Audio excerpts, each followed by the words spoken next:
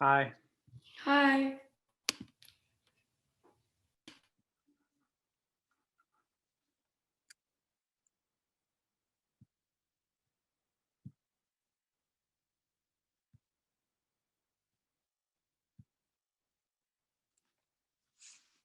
Can you see those slides on your computer?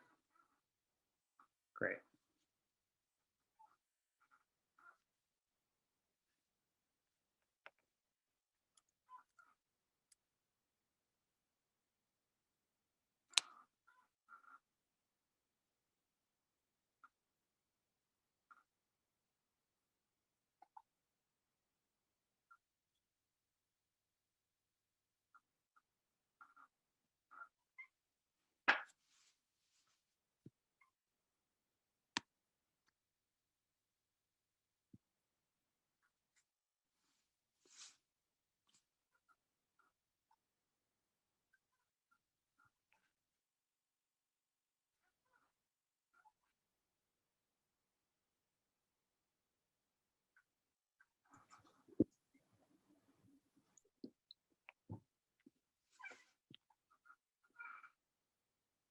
We'll get started in about 2 minutes. So if you need to get water, grab a snack.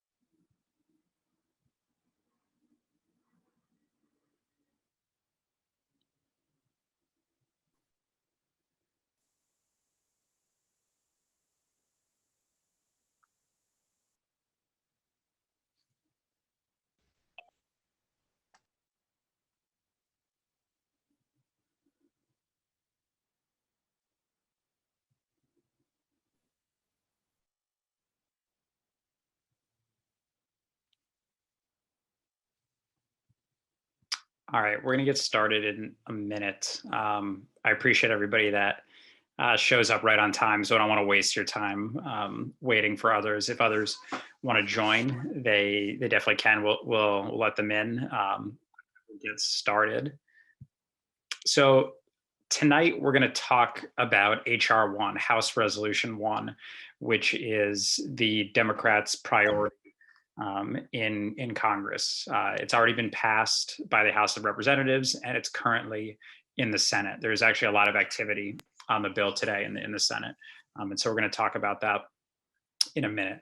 I hope this lesson is useful for current events, but we're also going to kind of replay the history of voting rights again, just really quickly to give you a refresher and talk a little bit about the legislative process also. So if any of you are in like an AP Gov class or just a regular government class, a civic class, or a US history class, you should hopefully find this lesson helpful. If not, but you're interested in this stuff, I'm really glad you're here. So let's start with a quick refresher on voting rights legislation. If you recall, we did a lesson on the Voting Rights Act and how it relates to Georgia's new voting law. And so this, if you were at that lesson, this will look familiar to you. If you weren't, then I'll just go over this quickly. So founding of the country, 1789, the Constitution does not say anything about who gets to vote. It's left up to the states. In practice, that meant that the states decided that only white male property owners could vote. So very, very small segment of the population could vote. And it was up to the states to decide how to do that too, how to have polling places set, totally up to the states. Things change after the Civil War. 13th, 14th, 15th Amendments are passed. The 15th Amendment allows Black males to vote. So we're starting to increase the population of who can vote in the country. In 1920, women are added with the 19th Amendment. That was a fight that took almost 70 years to get the right to vote for women. That started in 1848 at the Seneca Falls Convention. That was one of the first mentions of giving women the right to vote, and it takes about 70 years for them to actually get that right. Now, fast forward to 1965, the Voting Rights Act. This is not an amendment to the Constitution. It's a piece of federal legislation, like H.R. 1 is trying to be, that granted voting rights protections for groups that had been disenfranchised. There was a history of Jim Crow laws that we talked about. We looked at literacy tests, polling taxes, grandfather clauses that all prevented African Americans from voting. And so in 1965, the Voting Rights Act is passed, and it makes it much harder for states to use those tools of discrimination. One of the main ways the Voting Rights Act did that was requiring states that had a history of discrimination from getting what's called pre-clearance before making any changes to their voting laws. We also talked about in that session how that pre-clearance requirement is now removed because of a Supreme Court decision. 1971, another amendment is added that reduces the voting age from 21 to 18. So that expands the voting populace. 1975, Voting Rights Act is expanded again to protect people that don't speak English. Prior to that, if you didn't speak English, you were out of luck when trying to read a ballot. So 75, that protects them. 1982, Voting Rights Act is expanded again to protect people with disabilities. This includes making sure polling places are accessible by people who are disabled. And then finally, last big development in the area of voting rights is the Supreme Court case Shelby County v. Holder, which we talked about, where the Supreme Court essentially did away with that Voting Rights Act requirement of forcing states to get pre-clearance before making changes to their voting laws. So that's the history of voting rights legislation, which brings us to today and H.R. 1, House Resolution 1. This bill is huge. It is almost 800 pages long. There's a ton of stuff in here. So this is not a comprehensive list. I think these are the most important things that are in the bill. If you look online, you're going to see most websites have these characteristics of the bill listed. But if you dig deeper, you're going to find even more about the bill. There's probably lots of people in the House and lots of people in the Senate that don't fully know everything that's in the bill. And that can be a little scary, especially when you're passing some legislation that you're not really sure what's in there. But for our purposes, this is what's most important. So I'll run through them with you. First, under voting rights, H.R. 1 creates a new national automatic voter registration that asks voters to opt out of being registered rather than opt in. That means that you don't have to do anything essentially to be registered to vote. You're already registered. It also requires the chief state election official to automatically register eligible unregistered voters. It also allows for same-day voter registration. So it basically is trying to do everything possible to get people registered to vote and not make them have to do anything in order to register.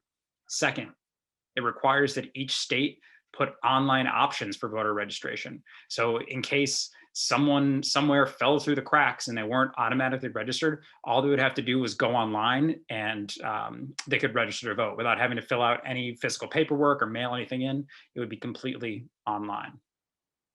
Third, it requires at least 15 consecutive days of early voting where the polling place is open at least 10 hours a day for all federal elections. So if you have a presidential election scheduled on, say, November 2nd, 2024, every state would need to have early voting 15 days prior to that for a full 15 days, and they'd have to keep their polling places open 10 hours a day during that period.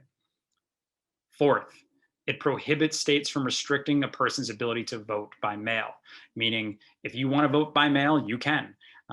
That was seen as something by a lot of people that was just specific to the pandemic last time around, but H.R. 1 would make that permanent to allow the ability to vote by mail.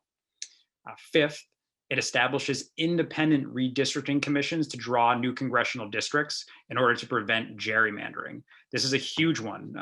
I think we talked 2 times ago about gerrymandering. It is the practice of the majority party in a state redrawing the congressional districts to advantage that political party.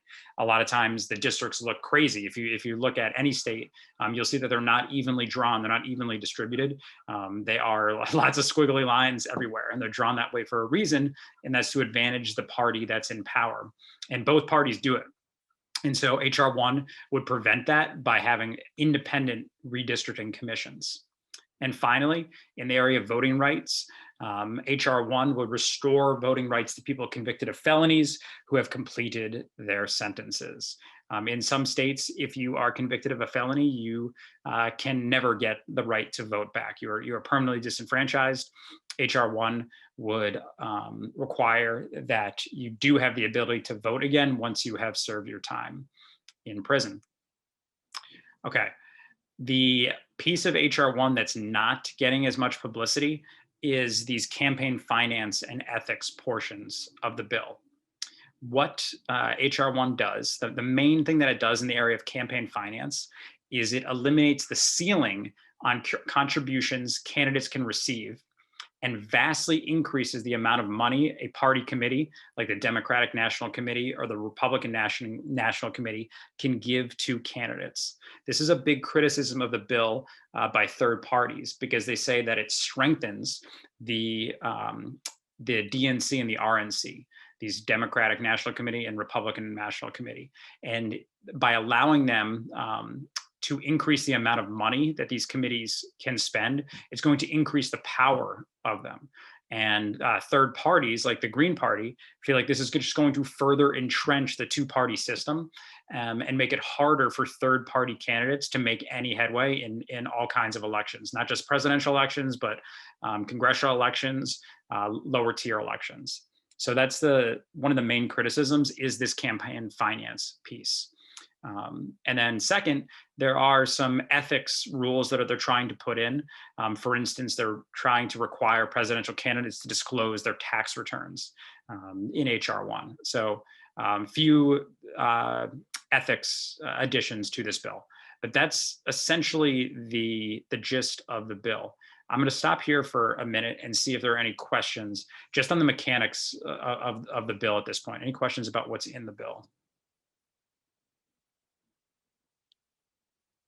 Yeah, so I wanted to ask about the like the candidate contributions part. Yeah. So isn't the point of this whole bill like kind of to reduce I guess I wouldn't say like corruption, but kind of like to increase transparency around elections? And so isn't that like kind of going against it?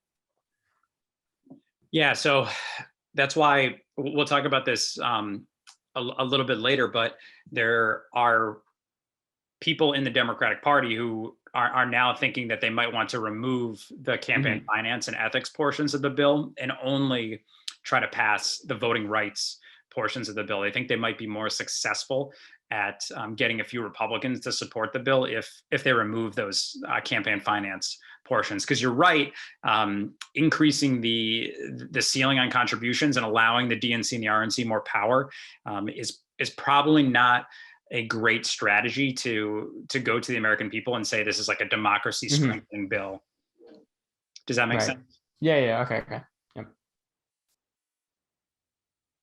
Oh, can I say something? Yeah, of course. Yeah. Just go for it. Oh yeah, there's I think this was in the news lately, but there was some criticism. I think like Joe Manchin, the guy we've been hearing all about, the senator from West Virginia. He had some criticism about the 15 consecutive days of early voting where the polling place is open. And his criticism was that, like, say, maybe like a polling place in a city or like a metro area where there's like hundreds of thousands of people. Yeah, that requires lots of, like, a lot of people need to be able to access it. So it requires lots of, it requires it to be open a lot so that lots of people can vote. And so there's not like crazy lines.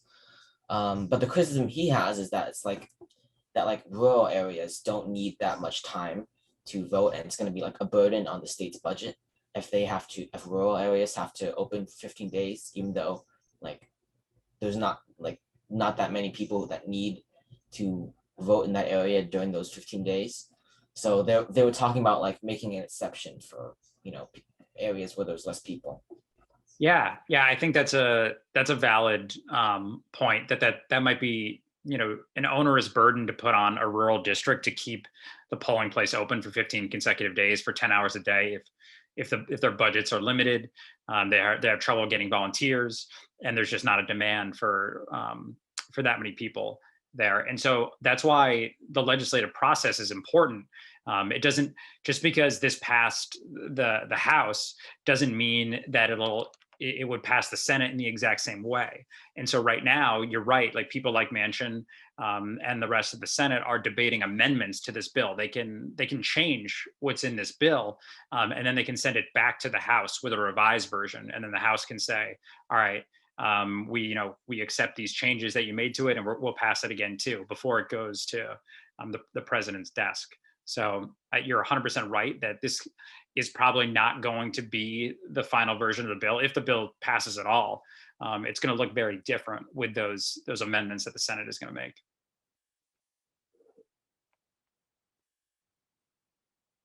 Any other questions on what's actually in the bill?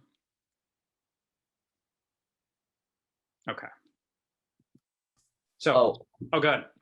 I think it was another one of the criticism was that it matched. I think it's like 6 times matching money for there's lots of like I don't know the exact details, but it's matching like donations, small time donations to candidates. You're right. And a lot of people are, and well, some like minor parties, but also other members of like the Democratic Party are also worried that like, hey, what if like like people from out of my state like start spending money to like primary me, and then like their money gets like matched, and so like I'll get like wiped out because there's like a lot of donors from out of state trying to primary me. Yeah, no, that's another valid criticism, I think, of the bill.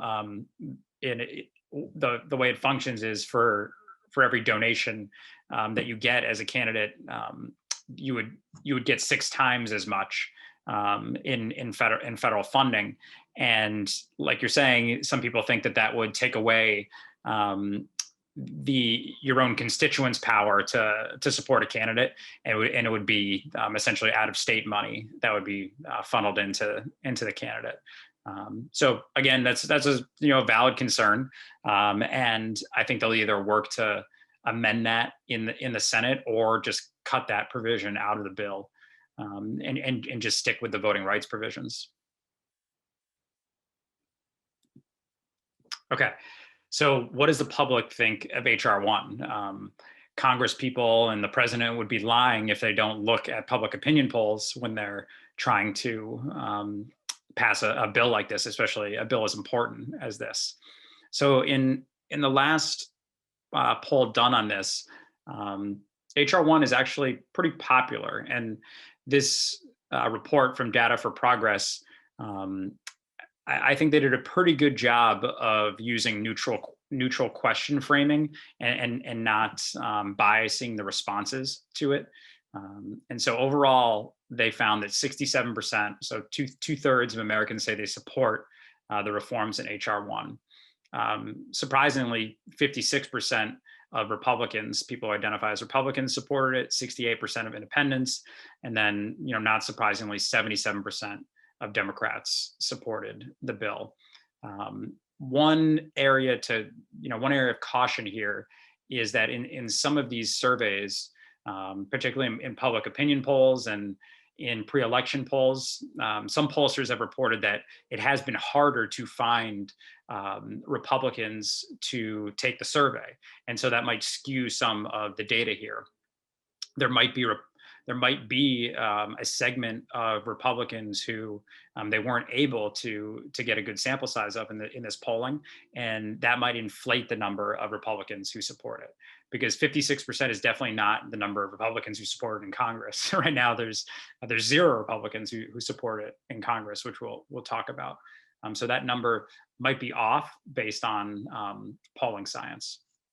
Any questions about the state of the polling here? Okay, so the big question is, will HR 1 pass the Senate, and then be signed into law.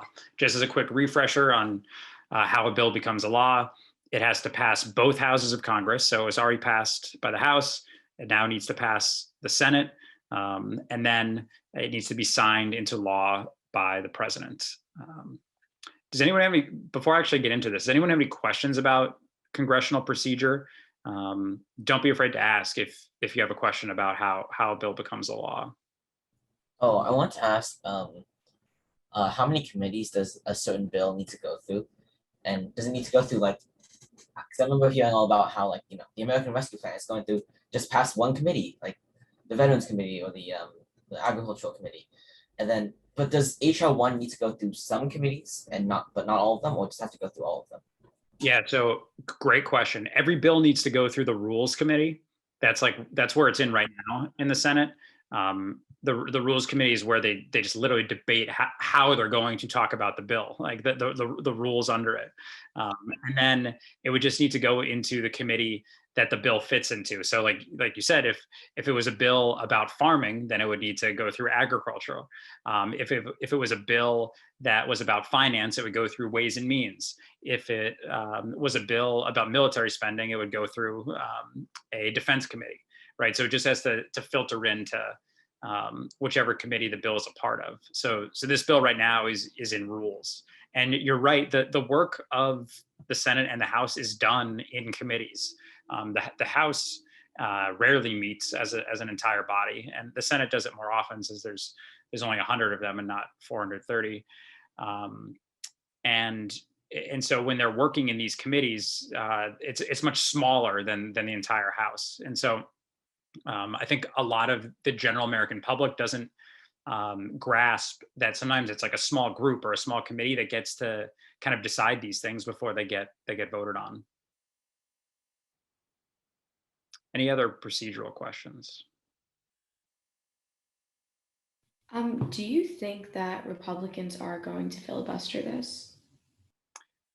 Good question. So I think as it is now, yes, they would not pass the bill. And I think Mitch McConnell, the Senate minority leaders, said today that they would not pass the bill in its current state. And so there would need to either be changes to it, or they would filibuster it. And so, like we were just alluding to, the Senate is currently split 50-50, although that means essentially that the Democrats have a majority because the tiebreaker is Vice President Harris. The minority party, the Republicans, can filibuster unless the majority somehow gets 60 votes to end that filibuster. So that would mean the Democrats would need to get 10 Republican senators to join their side to end any filibuster. Another question that some people have is, can the Democrats remove that filibuster to pass with a simple majority? It's not unprecedented. That's on the list. They can try. Stress. They can try, but you might Downstairs. Really got to organize. There we go. Thanks. So they can try, but not all Democrats are on board with this plan. Like we mentioned before, the most famous senator in the country now is probably Joe Manchin, because he is seen as the most moderate Democrat, and he has indicated that he won't vote to end the filibuster. And so Democrats would need a majority to pass this. What's the latest? Like I was saying, Senate has been debating this today. The Republicans are proposing hundreds of amendments to the bill to change it. McConnell himself was on the Senate floor with Chuck Schumer today, proposing lots and lots of amendments to the bill. Most of them were shot down by Democrats. And some Democrats are now thinking the best course of action would be to remove the campaign finance and ethics portions of the bill, limit it to just electoral changes, call the bill the John Lewis Voting Rights Act, and essentially restore the Voting Rights Act that was gutted by the Supreme Court in 2013. The idea would be that would prevent states like Georgia or Florida from changing their voting laws without pre-clearance from the federal government. Any questions at this point?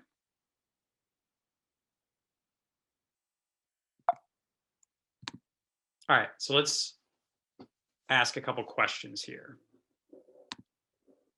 So first question I have for you, I want you, hey Gary, welcome. I want you to put on your hat, your Republican.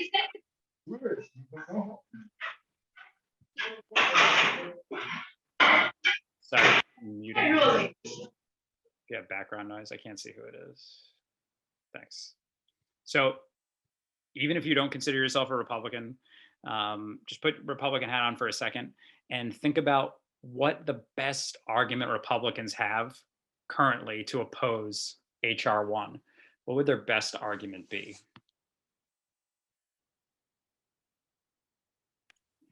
To the Republican voters, or to Nope. No. If you're a Republican in the Senate, what is your best argument when talking to the Democrats about why HR 1 should not pass in its current state?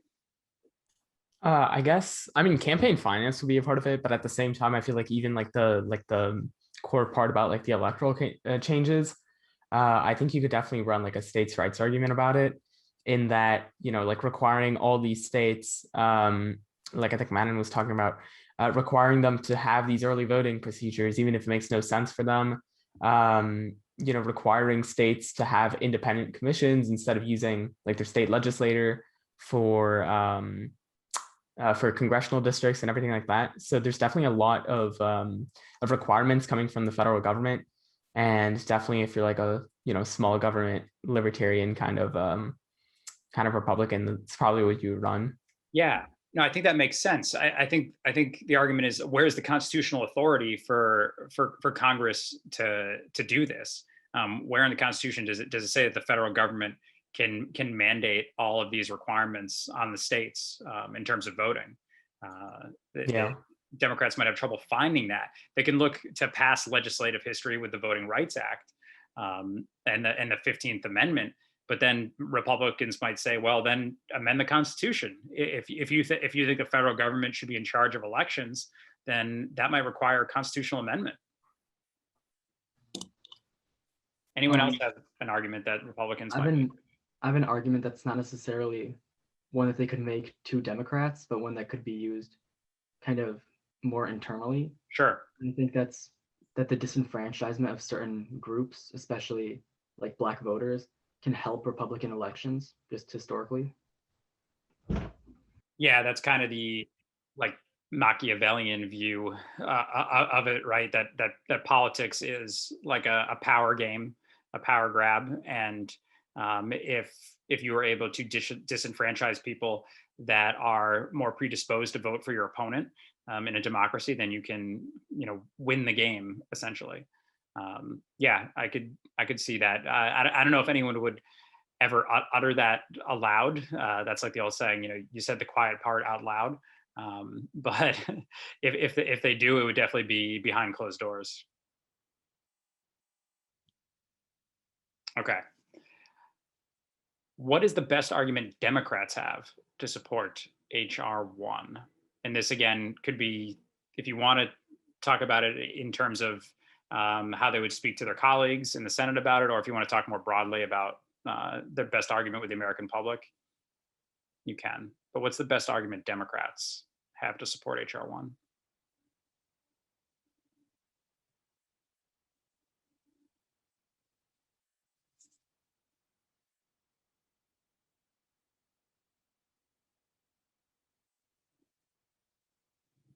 Wow, the Democrats are going to be disappointed. No one has an argument to support their bill. Yeah, I can go.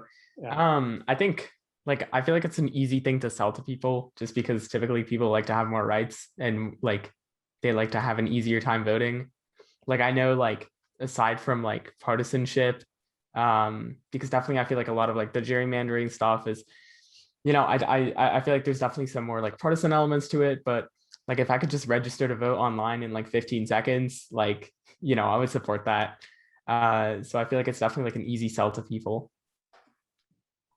Yeah, and look, they have the public on their side according to the polls that we looked at. Like that's a pretty powerful argument. If 2/3 of the country, which we 2/3 of the country can't agree on a whole lot. If 2/3 of the country agree that the electoral provisions of the bill are necessary, then that's a pretty good starting point. Are there any other arguments Democrats could make? I think a main argument would be just about mediating potential voter suppression. And so I know specifically looking at Georgia and what's happening with some of the laws that they're passing, it's from a Democratic point of view, it's kind of like a get around to try to suppress certain demographics of voters. And so whether or not you agree with that in the future, not even looking at Georgia specifically, there are ways that the states can make laws to kind of like under false pretenses that could potentially lead to voter suppression, which is kind of, it could be good for the federal government to mediate that and to just set a standard from happening. Yeah, the Democrats have a good historical argument. They might not have the constitutional argument, but they have a good historical argument in that we've tried to let the states do what they want with voting, and look what happened. That was 70 years of Jim Crow laws, of poll taxes and literacy tests and grandfather clauses. And it wasn't until the federal government stepped in with the Voting Rights Act that changed it all. And so if Democrats want to use that historical argument, they should. And that maybe might convince some. Who knows? Okay, what about third parties? So you can take this either way. Let's say you're a Green Party supporter or any other number of third parties, and you want to either support this bill or oppose this bill. What would your rationale be if you were a third party, not a Democrat or Republican?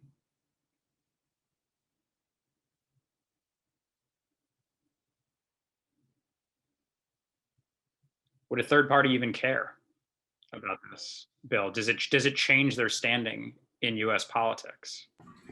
I would say, yeah, definitely. I think third parties could go to benefit. Like, obviously, there's like that campaign finance stuff, which may not be like great for them. But in our current state of campaign finance, I don't know that that's, that it would be like such a huge change to our current system.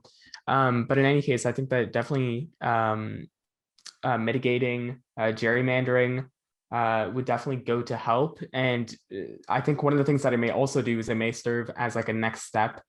And so if this legislation is enacted and people respond to it well, there may start to be increased demand to implement more like ranked choice voting systems, to have maybe some proportional districts in some states, or maybe even get rid of the electoral college. And so I think that I think that there are parts that may hurt third parties, but like overall, if we reduce partisan gerrymandering and this might serve as a stepping stone for more legislation later. So I think third parties do have probably a good interest in supporting it. But yeah, I think you hit on something there that to some critics, the bill doesn't go far enough in instituting more radical democracy reforms like ranked choice voting, or maybe multi-member congressional districts, not just single-member districts. Things that would really potentially increase the power of third parties. But this could be seen as a stepping stone. If this does not pass, then it's unlikely anything like ranked choice voting nationally will come to fruition anytime soon. So I think that's an important thing for third parties to keep in mind. Okay, next question. Can you see any path for a compromise on this bill to get 10 Republicans to support it? And so what would Democrats need to give up in the bill in order to get 10 Republicans on board? Is there any way we could get compromise on this bill? I think it would be really hard for Democrats to get Republicans on. Not like, I don't think any really changes could be made to get them on because I think a lot of it is partisanship. And I think it would take like really, really substantial changes to the bill to be able to get like 10 Republicans to like jump ship.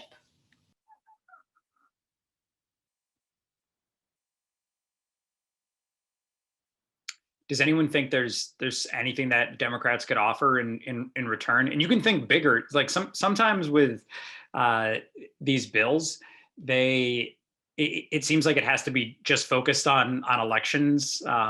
But sometimes, like say the Democrats might offer a tax cut or something that seems totally unrelated, but they'll tack it on to a bill in order to get some Republican support behind it. Is there anything you think that Democrats could tie to this bill to get 10 Republicans to support it? I think you would have to dilute the, oh, Yeah, sorry, you go go ahead. first. No, go ahead. Okay. I think you would really have to dilute the power and the role of the federal government in the bill, which is basically the core principle of the bill itself. So it would be really difficult. And I don't know if this would be logistically feasible, but if instead of it being a sort of like Congress had to approve every kind of law, instead giving Congress veto power so that like inaction would basically be approval, whereas you would have to take active action to try to veto a state changing the law. So like it would kind of reduce the role of Congress in the whole like mediating situation. Oh, interesting. So the default would be that states could change their voting procedures, but it would take an act of Congress to veto those procedures. Yeah, so like Congress would have the ability to veto a law if they found it like to be problematic, but it wouldn't necessarily be the default. Interesting. I could see that going two ways. One way would be that would be challenged as potentially unconstitutional to give Congress veto power over it. That might actually have to go to the court system. So maybe you might even have to have like the district court in DC or a circuit court of appeals or even the Supreme Court, which would be fascinating. Or it could pass, and we would see a lot of then kind of fighting over individual states' voting procedures and whether Congress should take action or not. That's fascinating, though. I really appreciate you bringing up that possibility. Out of curiosity, would it, as the law is proposed right now, would it require a simple majority in Congress to pass this bill? Yes. Well, no. For like in the future, so if this bill got passed, would it require like a simple majority for Congress to approve any kind of law? Sorry, you cut out for a second. I didn't hear the first part of the question. Could you say it one more time? Oh no, that's okay. Sorry. I'm wondering if this bill were to pass, would Congress need a simple majority to approve any law, or would it have to be a 2/3? Oh, if like this hypothetical bill that we're talking about were to pass, they could write it in any way they wanted to. I would assume it would just be a simple majority. If it was 2/3, or if it was filibuster proof 60, that would almost render it useless. They would never be able to veto with that high of a threshold. Good question. Yeah, definitely. So what I was gonna say before, I think I may be a little pessimistic, but I think at its roots, this is a democracy reform bill, and I think unfortunately the Republican Party has really survived on being a little anti-democratic and instead of expanding the vote, sort of restricting it.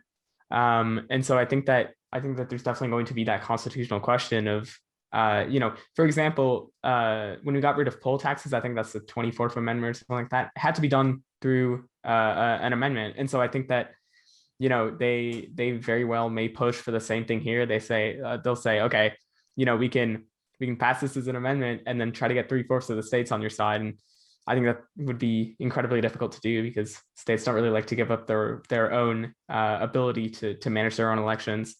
And so I think that, I think realistically, this may have been able to pass before in the 2017-2018 session, because I don't think that any of this is necessarily like super partisan, but I just think that obviously every party is fixated on having them do this. And I think especially I could have seen this kind of happening after the 2016 election. And so within the first 2 years of Trump's presidency, when they had both the House and the Senate, just because the rhetoric wasn't as strong. And I do think that, this is a bill that gets a lot of popular support. And so I think that it's really just up to which party can pass it first. It would have certainly looked different, but unfortunately at the moment, I don't really see a compromise forming over this. And I think that if we want this to pass, it may have to be done through like a constitutional amendment or something like that, or drastically reduced in scope. Interesting. Yeah, it would be very hard, as you know, to pass a constitutional amendment. It would require 2/3 of both houses of Congress first, and then 3/4 of the states to approve it, or 2/3 of the states to hold a national convention, and then again 3/4 of them to approve it. So it doesn't seem likely anytime soon, but you never know. And that would obviously make it much harder to repeal as well. If this were passed by the Democrats in a simple majority, it could be undone in 2022 if they lose both houses of Congress.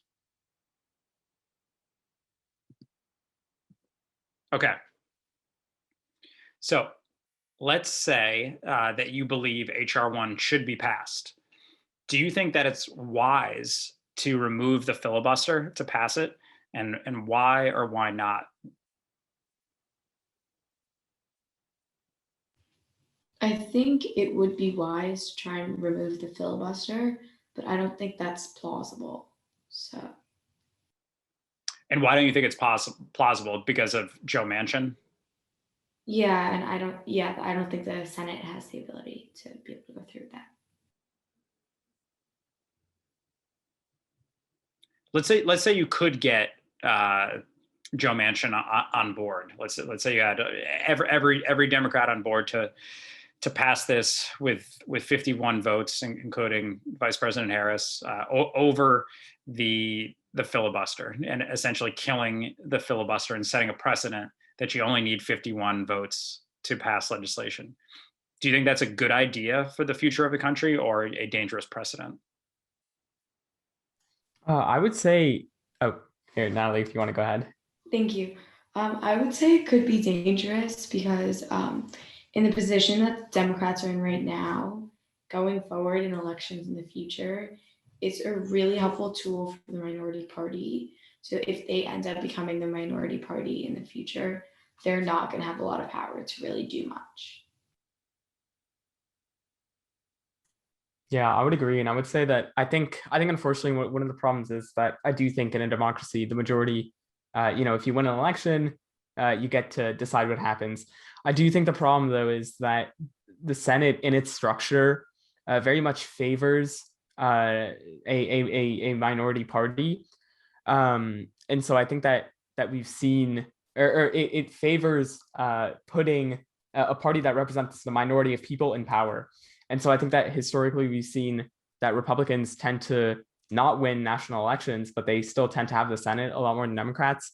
And so I think that, with this structure that favors a minority party and puts them as the majority, it makes it, the filibuster is I feel like it can't go away without the Senate being more majoritarian and being more democratic in its structure. And so I know that I know that the Senate ran without a filibuster, or at least without a filibuster used like it is today for 100+ years. But I think that unfortunately in the current situation, there's so much partisanship, and there's so much continued back and forth. And so I think that races are also always super, super tight. And so I think that is definitely, I think that this is really the period in time where there's very clearly been a party that represents the minority of people, and very clearly been a party that represents the majority of people, that I'm not sure we really saw at any other time in US history. Yeah, and I'm glad you noted that the filibuster is not something that is in the Constitution. It's not something that is in a constitutional amendment either. It is a piece of Senate procedure. Like there's hundreds of Senate procedural rules that have come and gone in our history, but it has become entrenched recently, and is seen as a great protector of minority rights in the Senate. And so there are a lot of people that I think feel like both of you, that it is kind of a necessary evil to preserve that power that the minority party has to prevent the majority party from exerting too much of their will on them. On the other side, some people think that this bill is so important to democracy that if there ever was a time to kill a filibuster, then this is it. And there might not be another chance to do that. I think that's the argument on the other side.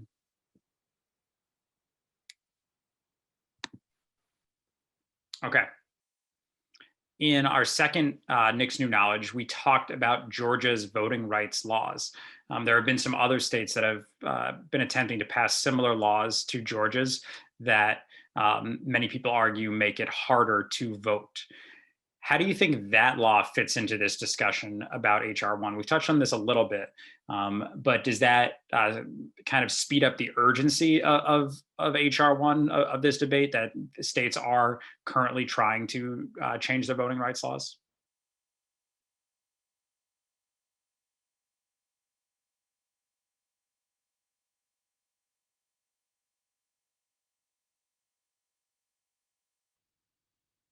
Don't be afraid to share. If you haven't said anything yet, you're gonna hop right in if you wanna answer this one.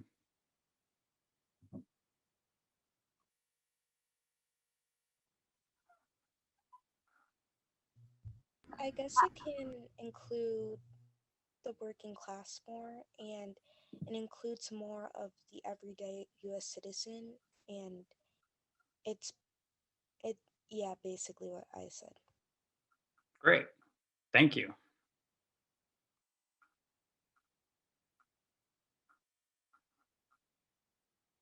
I wanted to say something probably similar to that. It just gave like the real life circumstantial context towards the bill, and yeah, I think it did encourage the passing of the HR 1.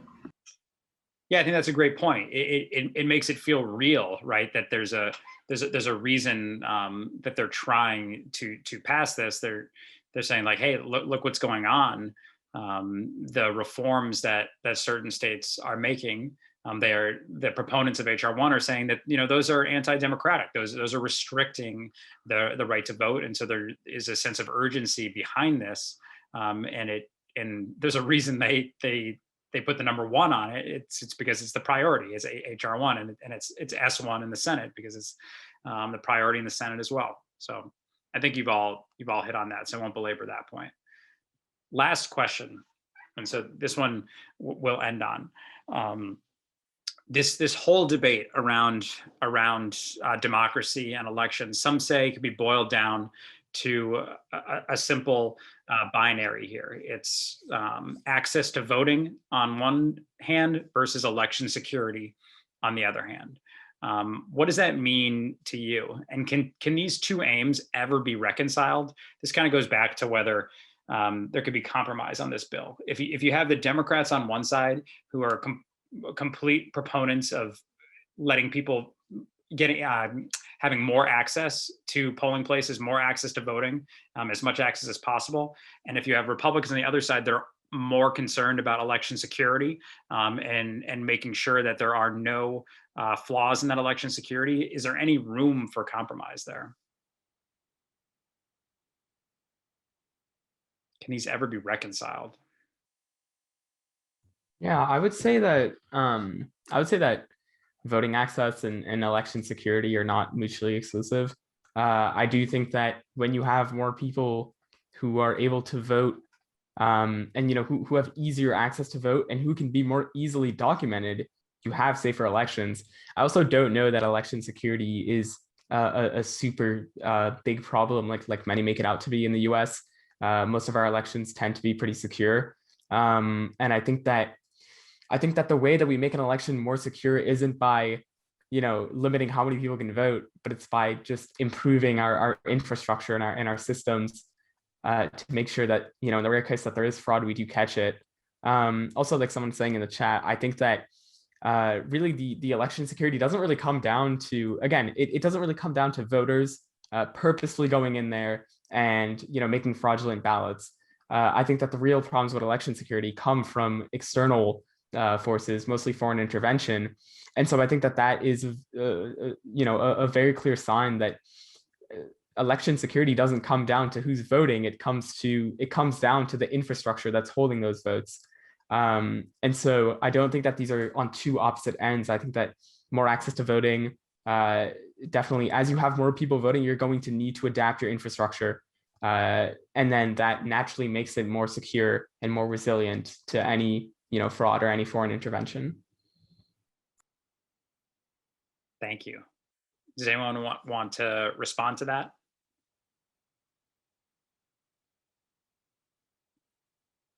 I don't know. I'm kind of like repeating what you said because I think that was well put. But I think we should focus less on stopping actual the action of voter fraud from happening and start focusing more on our ability to recognize it when it happens and then act accordingly. Because people are, more technology we get, the more regulations we put in place, people are there's always going to be people who find a way around it. We need to focus on being able to actually catch it when that happens. And then I agree that we have to stop worrying about what could happen. Instead, we have to look at the problems that are in our society right now and put it face front and put it as our biggest thing to solve. I lied when I said that was going to be the last question because you gave me another question to ask you. Does anyone think that year 2021 we have access to so much technology that we're, as a country, that we're thinking way too small with this debate and this democracy reform bill? Should we look to other countries as examples of digital democracy? Should this all be somehow digital? Forget about polling places open for 15 days and 10 hours a day and having to stand in line and the fight over giving people food or water in line. Is this really just all distractions? And should there be a much easier way to vote through technology? I think that we need to be able to keep up with the development of technology without falling into the trap of relying on it too much. So that's easier said than done, and I recognize that. But I think we need to open up options that technology is allowing us to do. So open up the option for increased mail-in ballots so that it can be more accessible and things like that, but not necessarily going all online, because as much as we can put regulations in place to try to stop people from hacking the system, there's going to be people who are really ahead of the pack, and I think that's a little bit sketchy. Yeah, I think obviously security would be a huge concern there. So that's a really good point. Is there anyone Yeah. who wants to respond to that? I was just gonna say, yeah, I think paper and pencil is always great. I do know where I come from in France, they're starting to implement some sort of online voting. And I definitely think we need to experiment with just individual states and see how it goes, maybe for the 2022 election or definitely not for the presidential election until we've like really tested it. But I think that just having increased access to mail-in voting and things like that, I think that maybe online voting is something that I don't know how easily implemented it could be right now. And I think that in a lot of countries where we do see it, there's very much a federal, there's very much a national plan for voting. And I think I remember talking to my dad about this, who's very surprised to learn that there was no national voting plan in 2020, despite there being like a huge pandemic and everything like that. There was no sort of like guidelines that came out from the government just being like, okay, you guys should do this. No, it's just the states. And so I think that unfortunately that is one of the downfalls that we have here. And I know even in I know they started doing this in Switzerland too. And I think that one of the things there is that people trust their government a lot. And I remember having a discussion about this. So the Swiss government puts out pamphlets about all the candidates that are coming out, right? It's an independent board that just reviews them. And I remember talking to some friends about this, and they were like, yeah, I could never see the US government doing that. Like, giving us information about the candidates in an unbiased way. And so I think that really online voting comes down to trust. And so I think that it would definitely need to be experimented with at the state level first. Wow, Roman, that was a brilliant breakdown. It was. Yeah, I mean, people don't even trust what Americans trust paper ballots a lot more than they do online, but they don't even trust paper ballots. Right? They don't trust any institution right now. Yeah. So yeah, it's really tricky. It is, and to me, it would need to be. This would be dangerous in itself, but you'd almost need to privatize it and have a company like Apple that already has like fingerprint ID, Face ID, like all kinds of verification systems to implement it. But again, that runs in a whole host of other issues to privatize it. But it doesn't seem like there's any way anytime soon for the U.S. government to be able to implement something like that. Nick, can I ask a question that's kind of related to number 3? Yes. So I don't. I get maybe you would know this, Nick, but I kind of wanted to pose this as like a question for people to ponder. Why are they not introducing individual bills that are like just ranked choice voting bill, right? There's like 1,000 things in HR1, but why don't they just propose like one thing at a time? So if the idea is that Republicans don't want anything that's like better for, I'm not saying that's necessarily what I believe, right? But if Republicans don't want anything that is like a democracy reform, nonpartisan democracy reform, let's get them on the record of voting no on that, right? But right now the HR1 is so big, you can make up any number of reasons why you're not voting for, 800 page bill, right? So yeah. I'm curious what you think about that. Yeah, no, it's a really good point. I think the reason that they did that is kind of inertia. Like this is like how they're used to doing things, right? Like throwing everything at it, and kind of squabbling over the little things. And usually it does get passed once there's like a big compromise somewhere. But I think you're 100% right that it's probably not going to work this time. And so you can already see some Democrats saying like, we got to cut out those campaign finance portions. We got to cut out the ethics portions and just have the voting rights portions of the bill, make it much smaller, call it the John Lewis Voting Rights Act, and pass that, and force Republicans to go on the record being against like a second Voting Rights Act, basically. And then look, if they're still against that, then maybe you're right. Maybe they even go smaller and go piecemeal and say like, okay, we're only going to pass like this automatic voter registration. That's the only thing that we're going to pass. And if they deny that, then like you said, maybe ranked choice voting or whatever it may be. So I think you might be onto something. I think that might be the next strategy, because they're not just going to let this die and do nothing. Like this will be the number one priority for the next year and a half till 2022 elections. Yeah. Okay. So I that makes sense. It's just kind of like, let's start with the highest point of negotiation.